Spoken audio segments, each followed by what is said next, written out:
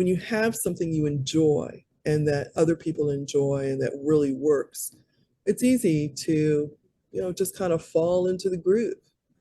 And one of the things that I've noticed as we have worked to be successful under these circumstances is there's a whole community of folks who might have been, they might have been a little, um, how shall I say, they might have turned away a bit because they thought, well, I like some jazz, but I'm really not a jazz aficionado, or I'm not a jazz head.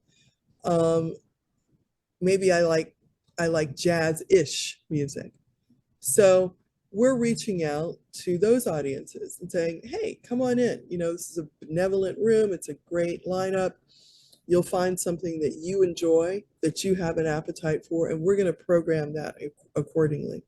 So we're kind of expanding our horizons in terms of the music that we offer, the artists who take our stage, but they do all have in common the fact that they have been curated and for excellence. Because one thing I will not do with whatever the runway is left in my life is I will not spend my time working this hard for mediocrity. I will not. So anytime we put an artist on the stage, our objective is to give audiences the best show they can possibly get through that artist. And we work really hard to do that. Our staff works hard. I don't do it by myself. And the community and the expanding community have been very supportive. Wow. Well, I tell you what, like you said before, you're taking on the challenges. It's the proverbial, you're adding tools to your toolbox, and in doing so, you're positioning yourself for what's next. And also, like you just said, looking at how do you constructively expand in regards to music offerings and whatnot, but still maintaining your core principles, which comes back to me, the intimate space, the engaging space, the enriching space where you just simply sit back and enjoy the experience on such a level. So before we want... I just want to interrupt you on one thing there. Yes, go ahead. One of the things that I've noticed about myself is that a lot of the music that I enjoy that would be considered to be jazz is not music that's presented by jazz artists. It's music that's scored into the soundtrack of movies. So one of the things that the Velvet Note is doing now is we're doing a series called Music in the Movies. And it is several seasons that we've put together of movies that have great jazz soundtracks. And I won't spoil it for you by telling you the entire lineup, but I will say that look for that to come. I have to tell you that, well, I'll just give you a couple of tidbits. Movies such as Mo Better Blues, everything from Mo Better Blues to Glengarry Glen Ross. These are movies that, if you just sat and listened to the soundtrack, you'd be like, oh my goodness.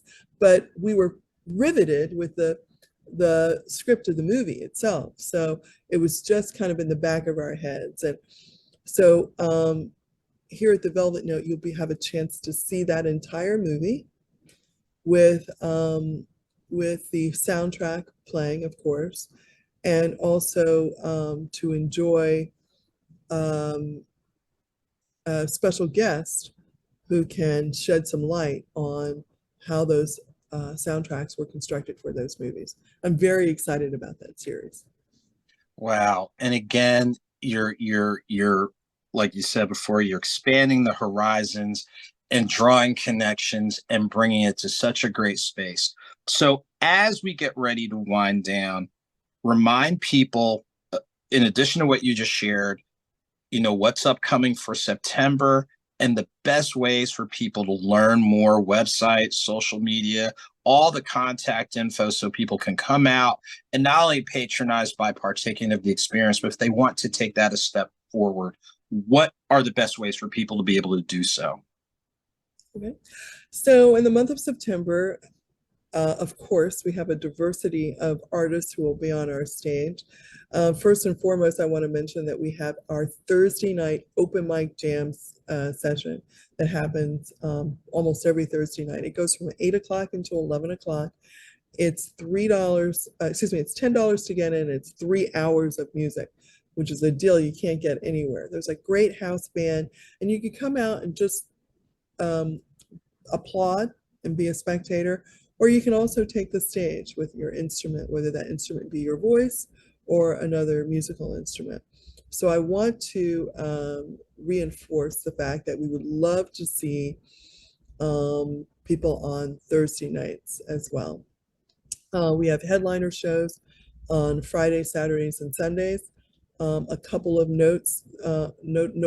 We have a celebration of the music of the great John Coltrane.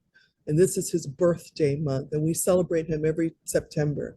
And this year, we have Grammy Award winner Kevin Williams, who will be on saxophone for that show with his band.